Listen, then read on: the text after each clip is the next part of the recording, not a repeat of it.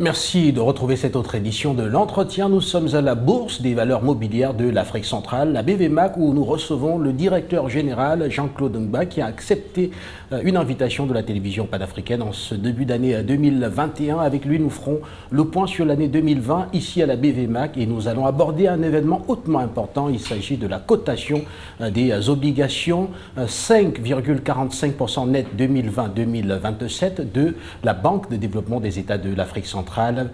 Monsieur le directeur général, merci de nous faire l'honneur d'accepter cette invitation. Merci, je vous souhaite la bienvenue au siège de la Bourse régionale des valeurs mobilières de l'Afrique centrale qui se trouve à Douala, au quartier Akwa. Merci à vous, monsieur le directeur général. On va commencer rapidement par faire un parcours de l'année 2020. Au terme de l'année 2019, sur le marché des actions, c'est 8 929 titres qui ont été échangés pour un montant global de 201 270 838 francs. Pour ce qui est du marché des obligations, ce sont 3 958 909 titres qui ont été échangés pour un montant global en francs CFA de 16 37 381 682 pour une capitalisation boursière de près de 735 607 945 119 francs CFA. Qu'en est-il, monsieur le directeur général, du courant de cette année 2020 qui vient de passer? Bien, à la fin de l'année 2020, nous pouvons dire aujourd'hui que les chiffres ont été multipliés par 5. Ces chiffres ont été multipliés par 5, tant en ce qui concerne le volume des transactions qu'en ce qui concerne la quantité. Toutefois, ce qu'il faut remarquer et qui est à commenter, c'est que la capitalisation boursière elle-même a baissé, notamment dans le compartiment obligations. Elle a baissé de près de 100 milliards, et ce qui s'explique par le rachat partiel des obligations de l'État du Congo et la radiation d'une ligne obligataire de l'État du Gabon.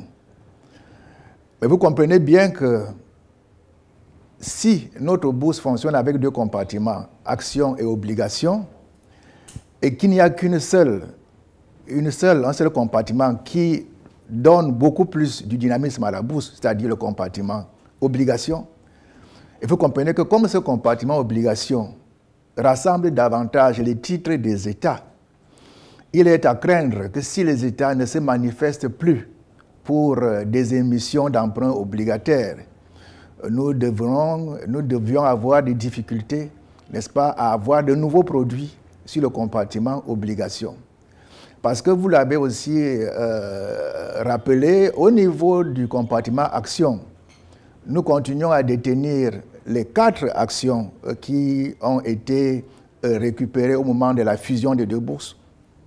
Elles ne sont pas suffisantes pour pouvoir nous permettre véritablement de bénéficier du dynamisme que l'on attendrait des investisseurs qui veulent, n'est-ce pas, pouvoir exercer sur le compartiment action.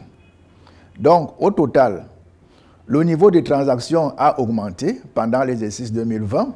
Donc, il y a eu beaucoup de mouvements de cession et d'achat, notamment des obligations et des actions aussi, mais davantage des actions, puisque le montant final de la capitalisation boursière a connu une baisse de près de 100 milliards, dû au fait qu'il y a eu un rachat massif de certaines obligations.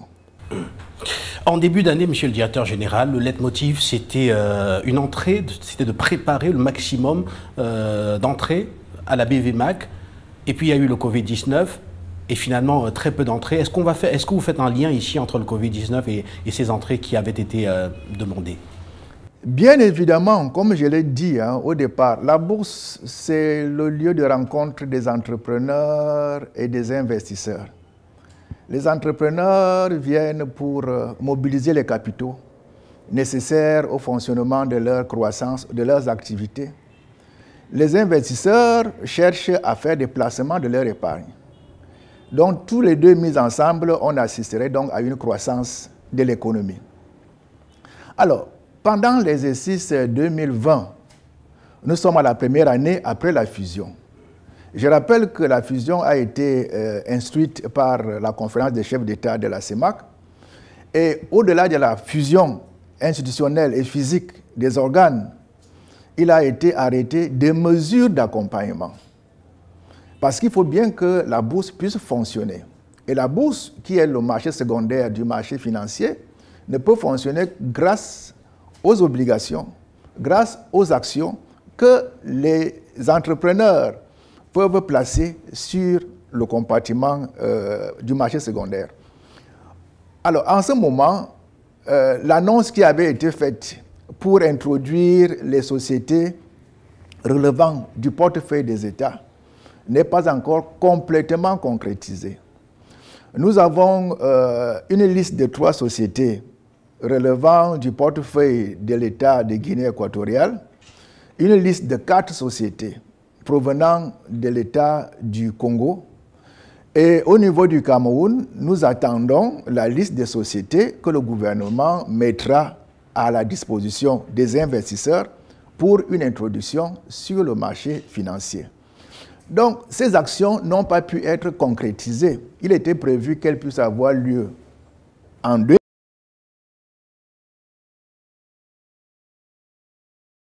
Nous espérons bien qu'au cours de l'année 2021, effectivement, ces nouvelles entreprises provenant des portefeuilles des États seront disponibles, n'est-ce pas, pour être introduites sur notre marché financier, pour donc permettre aux investisseurs qui détiennent de l'épargne, qui peuvent donc placer dans ces actions, dans ces entreprises, et permettre qu'il y ait, n'est-ce pas, un regain d'activité de ces entreprises au bénéfice des citoyens. Donc aujourd'hui, c'est le vœu que nous émettons, continuons à émettre, que les opérations d'introduction puissent être rapidement dénouées au profit de la bourse mobilière, de la bourse des valeurs mobilières de l'Afrique centrale. Qu'est-ce qu'on peut encore dire? Mais au-delà de cela, au-delà des actions que les États posent pour dynamiser la bourse, nos actions internes, c'est davantage la culture boursière qu'il faut créer auprès de nos entrepreneurs. Nous l'avons dit, l'introduction en bourse ne doit pas être considérée comme une sanction. Au contraire, c'est la consécration de l'activité d'une entreprise. Ne vient pas à la bourse qui veut, mais les entreprises qui remplissent des conditions, notamment au niveau de la bonne gouvernance, au niveau de la transparence des opérations, et qui acceptent de pouvoir se mettre auprès du public pour expliquer le fonctionnement de leur activité à travers la diffusion périodique des états financiers. Tout ceci permet donc qu'on puisse avoir des entreprises crédibles qui ont une notoriété nationale et internationale parce qu'elles ont accepté, parce qu'elles ont été effectivement retenues pour faire appel public à l'épargne, pour faire donc une introduction au niveau de la bourse. À cet effet, je vais également dire qu'il y a 2 possibilités pour les entreprises de bénéficier des atouts de la bourse, du marché financier en général. La première possibilité, c'est le marché de la dette. Les entreprises peuvent avoir des difficultés pour mobiliser des financements auprès du secteur bancaire ou ailleurs. À la bourse, vous avez la possibilité de bénéficier d'importants fonds pour pouvoir investir grâce aux émissions d'emprunts obligataires. C'est cela d'ailleurs que je crois que la BDAC est en train de faire. Mais d'autres sociétés privées peuvent également le faire. C'est une opération qui permet véritablement de disposer des fonds à un coût plus réduit que le taux de la banque. Donc nous encourageons les entreprises à y venir. Et d'autant plus qu'aujourd'hui, avec l'environnement Covid, il y a beaucoup de méfiance au niveau des mouvements financiers qui peuvent se faire entre les banques et les entreprises. Et ici, vous avez la porte ouverte. La porte ouverte, notamment en ce qui concerne le financement des activités productrices pour permettre donc à l'entreprise d'avoir directement ces capitaux qu'elle recherche pour les financements. Donc ça, c'était la partie obligation. Mais il y a également la partie action. La partie action, c'est que l'entreprise accepte de bénéficier des atouts de la concurrence internationale. Elle va bénéficier d'une notoriété au niveau national et international. Elle va donc pouvoir mobiliser les capitaux lorsqu'elle est déjà cotée à la bourse des valeurs. Donc, certes, il peut y avoir quelques contraintes au niveau des coûts, quelques contraintes au niveau de la transparence, mais lorsqu'on veut vraiment faire bien, la bourse des valeurs reste le moyen le plus idoine pour la réussite d'une entreprise. Monsieur le directeur général, qu'est-ce qui peut expliquer aujourd'hui qu'on ait une place ouest-africaine en pleine mutation, en pleine ébullition, et qu'au niveau de la CEMAC, malgré le poids économique d'un pays comme le Cameroun, l'on ait une place financière comme la vôtre qui aujourd'hui n'enregistre pas autant de flux financiers que sa consoeur ouest-africaine?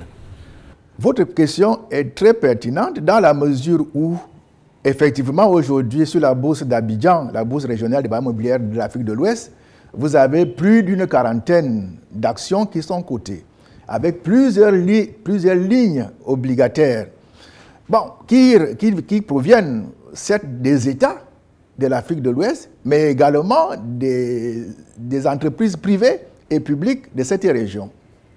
Mais il faut dire que pour l'histoire, c'est d'abord les États qui ont mis en place toutes les mesures qu'il fallait pour que cette bourse-là démarre, en lui permettant de bénéficier des actions des sociétés dans lesquelles ces États étaient déjà actionnaires. Ça a été le coût de départ qui a permis à ces sociétés-là, à cette bourse-là de se développer. Aujourd'hui, donc, au moment de la création, il y avait donc plus d'une vingtaine d'actions provenant des États, notamment l'État ivoirien, pour permettre son lancement. C'est la même démarche qui est aujourd'hui suivie par nos États de la CEMAC.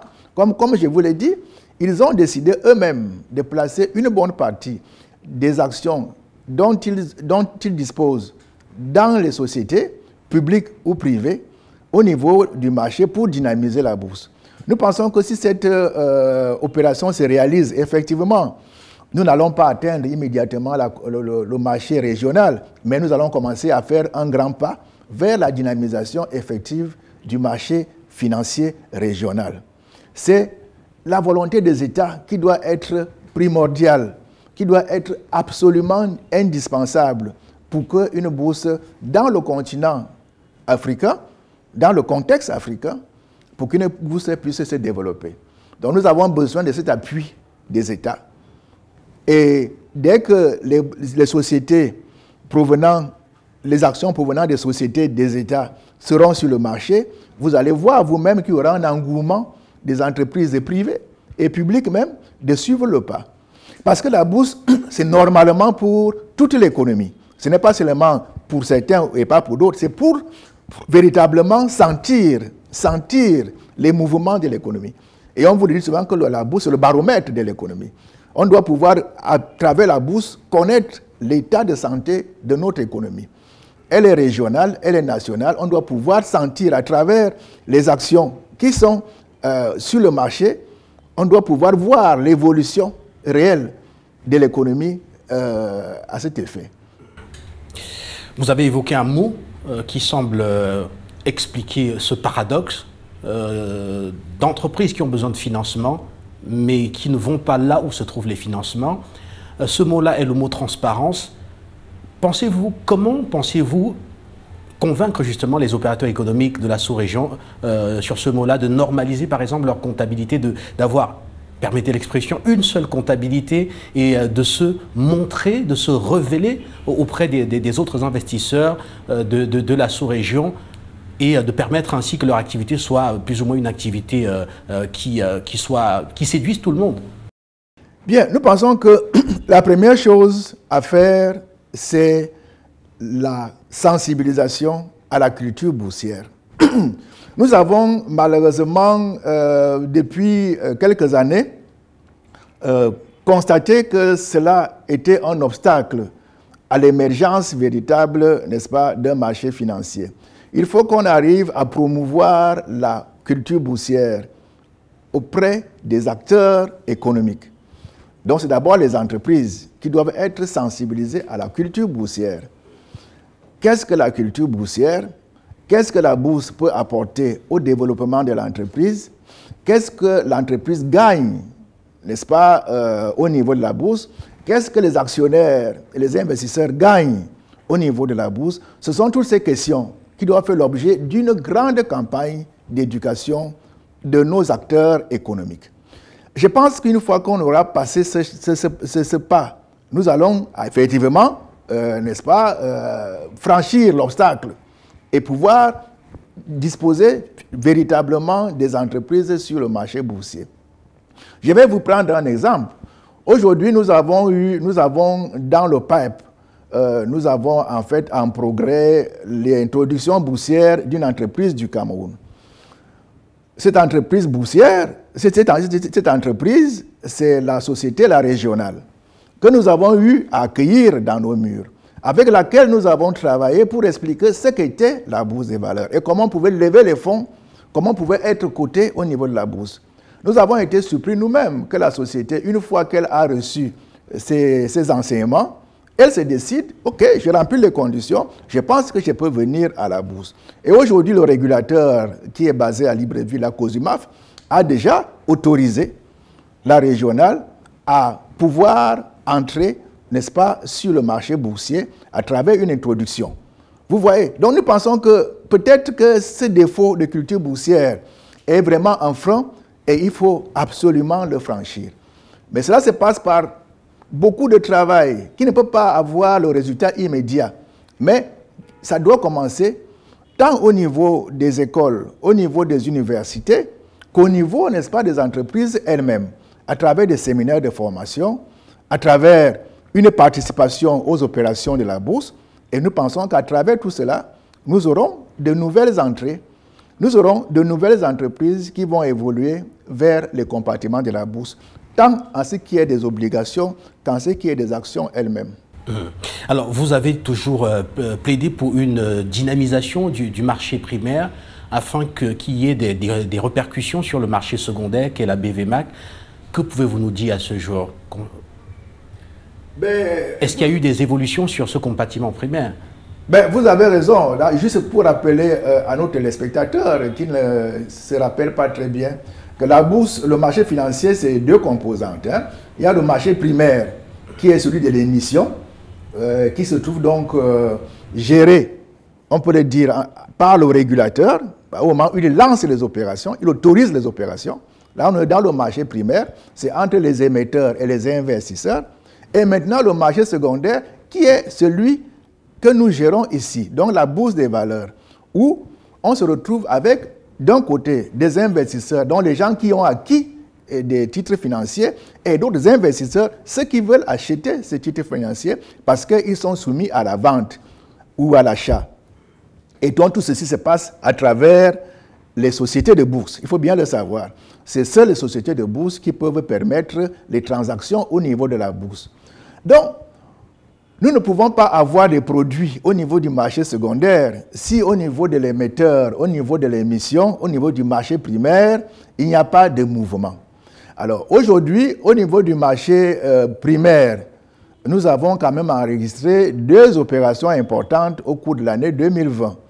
Vous vous rappelez qu'il y avait eu les titres de Safacam et puis nous avons eu des titres obligataires toujours de l'État du Gabon. Donc ces titres sont aujourd'hui dans le compartiment du marché secondaire, donc à la bourse, ils sont cotés et c'est véritablement les 2 principales opérations qu'on a eues en 2020. Nous aurions souhaité avoir davantage. Maintenant, en fin 2020, comme vous le savez aussi, est arrivée l'émission obligataire de la BDAC. BDAC 5,45% net 2020-2027, pour laquelle donc la cérémonie de cotation est prévue au cours de la semaine. Monsieur le directeur général, en parlant de ces obligations de la BDAC nommées 5,45% net 2020-2027, Comment avez-vous travaillé avec la banque pour préparer justement l'événement qui se tient dans quelques jours, ici même au siège? Oui, il faut juste rappeler pour nos téléspectateurs que la BDAC a lancé une émission d'emprunt obligataire pour pouvoir faire face au financement de l'économie régionale. Il y a beaucoup de projets qui ont été retenus par la BDAC à cet effet. Alors, globalement, elle souhaite lancer pendant 3 ans des émissions obligataires de l'ordre de 300 milliards, donc 100 milliards chaque année. Et cette année, donc, l'année 2020, elle a lancé pour 100 milliards. Et au-delà des 100 milliards qu'elle avait sollicités auprès du public régional, elle a obtenu environ 107 milliards.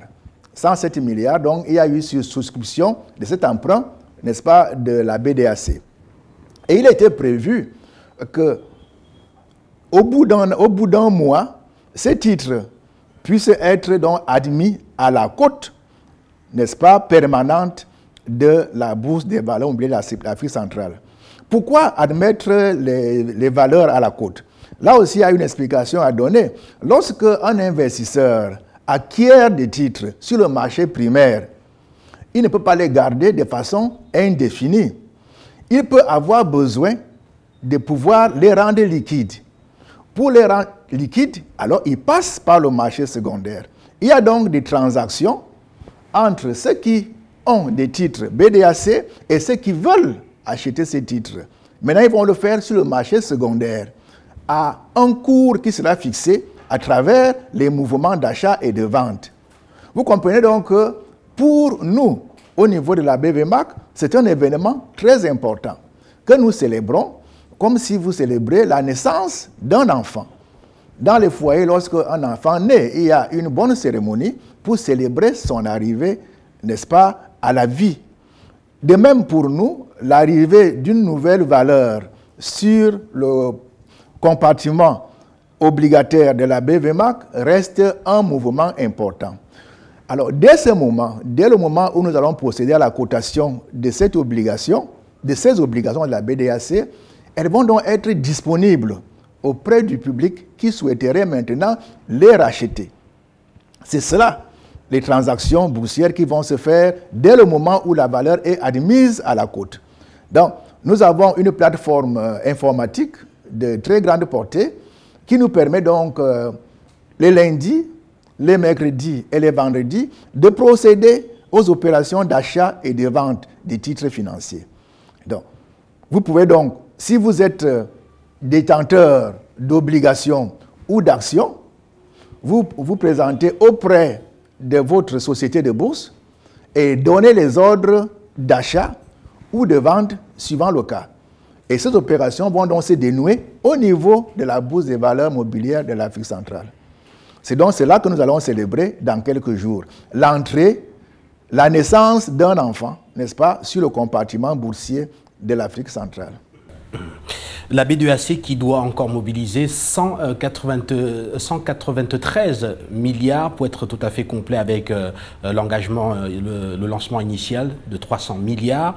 Le comportement de ces obligations à la BVMAC sera décisif au courant des souscriptions à venir. Quel est le niveau de liquidité aujourd'hui de votre place boursière quant aux capacités ici donc de pouvoir échanger rapidement ces obligations BDAC? C'est très intéressant comme question parce que la liquidité se traduit par le volume d'achat et de vente d'un titre sur le compartiment boursier. Vous avez un titre comme celui de la BDAC.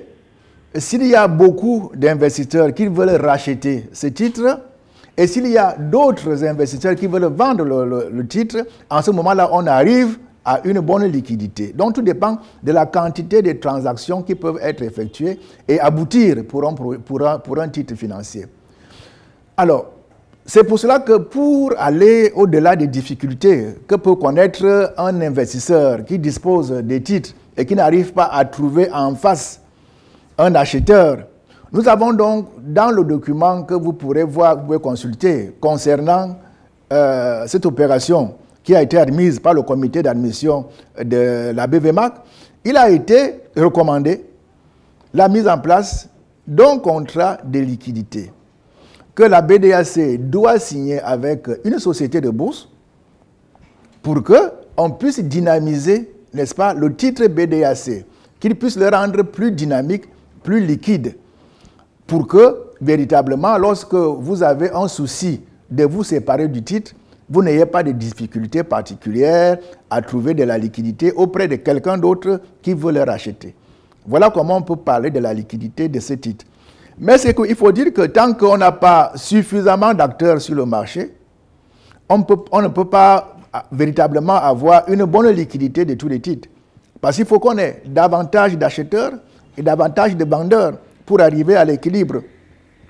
Mais parfois, vous pouvez arriver à ce que vous avez des ordres d'achat et en face, vous n'avez pas un ordre de vente correspondant. C'est cela qui pose encore quelques problèmes au niveau de notre bourse. Alors, tout à l'heure, vous avez parlé de deux critères majeurs quand une entreprise rentre en bourse, la transparence et la qualité de la gouvernance. Cela devrait aussi influencer les échanges des titres qui vont être introduits. Alors, que pouvez-vous nous dire aujourd'hui sur la BDAC? Pensez-vous que ces deux critères soient suffisamment renforcés pour que les échanges de titres puissent être faciles? Oui, tout à fait. Pour la BDAC, nous n'avons pas du tout d'inquiétude parce que les risques qui ont été soumis aux investisseurs ont immédiatement eu une solution pour pouvoir les contourner. La BDAC aujourd'hui est une société solide, financièrement, très solide même, et qui ne peut avoir aucun problème pour le remboursement à échéance de ces titres.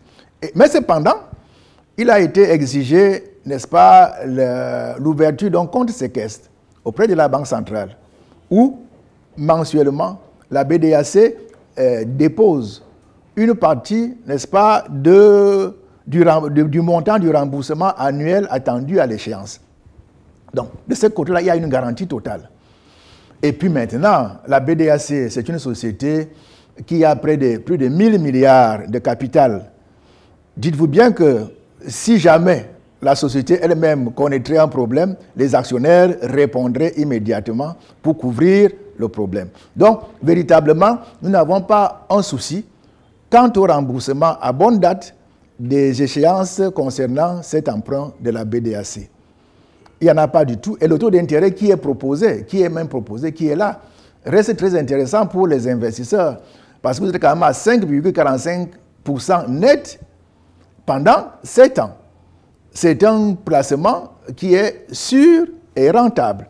C'est pour cela que nous l'avons beaucoup encouragé au moment où, n'est-ce pas, la campagne se faisait autour de cet événement.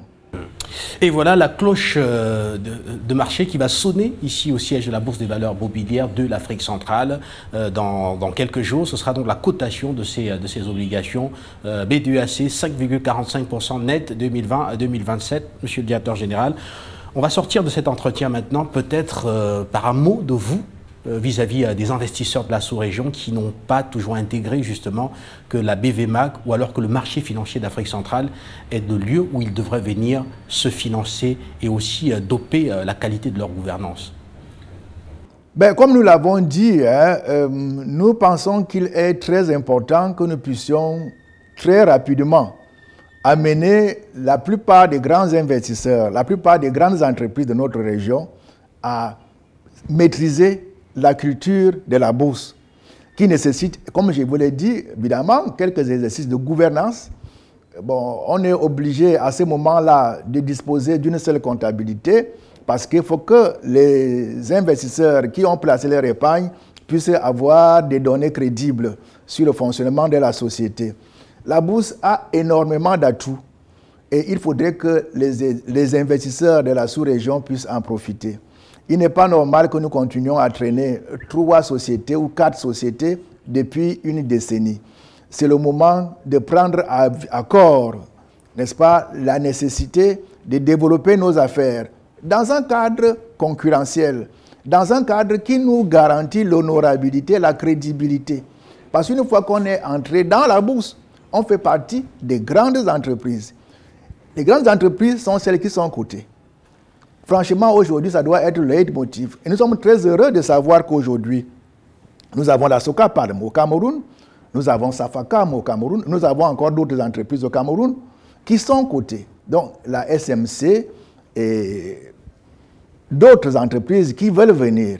Donc nous encourageons au niveau du Cameroun, par exemple, comme on pourrait dire d'autres États de la zone, nous encourageons ces entreprises à venir voir comment les entreprises cotées fonctionnent aujourd'hui. Les résultats sont de mieux en mieux gérés, on a une meilleure comptabilité, on a de meilleurs résultats dans tous les cas, c'est satisfaisant parce qu'on a à cœur que d'autres actionnaires ont intégré l'équipe. Ils veulent comprendre le fonctionnement de la société. Dès ce moment-là, il y a une transformation de la gouvernance, il y a une reprise en soi, il y a une grande prise en soi de confiance, on a une crédibilité majeure qui vous ouvre les marchés sur l'international. En un mot, c'est la voie de salut pour les entreprises. Je vais seulement conclure en disant qu'aujourd'hui, pour entrer dans le CAC 40 Euronext à Paris, il faut disposer de grands atouts économiques et financiers. Aujourd'hui, la porte est ouverte, les conditions sont de plus en plus souples. Nous attendons nos investisseurs pour faire partie de l'aventure boursière. Monsieur le directeur général, on va définitivement sortir peut-être avec un mot à l'endroit des diasporas africaines et principalement de l'Afrique centrale, grand partenaire financier justement des économies de la région via les transferts de fonds et la liquidité d'ailleurs dont il dispose de là où il se trouve. Ne pensez-vous pas aujourd'hui qu'il s'agisse d'une niche assez importante? Beaucoup ont souscrit d'ailleurs à l'obligation B2AC que vous allez bientôt coter. Que pouvez-vous leur dire aujourd'hui? C'est déjà de les encourager à poursuivre cette aventure parce que nous avons effectivement constaté que la diaspora régionale s'intéressait beaucoup au processus d'investissement en bourse, que ce soit sous forme d'action, que ce soit sous forme d'obligation. C'est un encouragement que nous ne pouvons que leur donner, de venir vers nous, de continuer à venir vers nous et de nous aider. Parce que nous avons aussi besoin de l'expérience qu'ils connaissent à l'extérieur. Notamment, il y en a qui se trouvent en Occident, aux États-Unis également, qui ont une culture boursière quotidienne et qui peuvent aussi influencer le cours de nos activités régionales à travers les connaissances qu'ils ont de ce côté-là. Nous les encourageons à maintenir un contact avec nous. Nous avons un site web qu'ils peuvent retrouver dans toutes les lignes possibles. Le site web est disponible, www.bvmac.cm. Il est disponible. Ils peuvent donc voir au jour le jour le fonctionnement de nos activités. Nous sommes également sur Twitter, nous sommes sur LinkedIn, nous sommes sur Facebook. Nous sommes déjà sur toutes les possibilités qui s'offrent aujourd'hui pour innovation technologique, pour mieux communiquer. Parce que nous tenons à leur dire ce que nous faisons, nous tenons à leur dire ce qui se passe dans leur région. Donc, ils sont vraiment appelés à être auprès de nous, à nous encourager, à nous critiquer si c'est nécessaire, pour que tous nous évoluions vers l'émergence, l'éclosion d'un véritable marché financier régional. Et merci à vous, monsieur le directeur général, d'avoir accepté cet entretien. Je vous remercie. Merci également à vous, chers téléspectateurs. C'était Jean-Claude Ngba, directeur général de la Bourse des valeurs mobilières de l'Afrique centrale, la BVMAC. Et donc un événement est à suivre, c'est la cotation des obligations de la B2AC, nommée B2AC Net, 5,45% 2020-2027. Vous êtes certainement au sein de la diaspora, vous avez été nombreux à souscrire, et bien vous serez témoin de cet événement sur les antennes de la télévision panafricaine. À très très bientôt.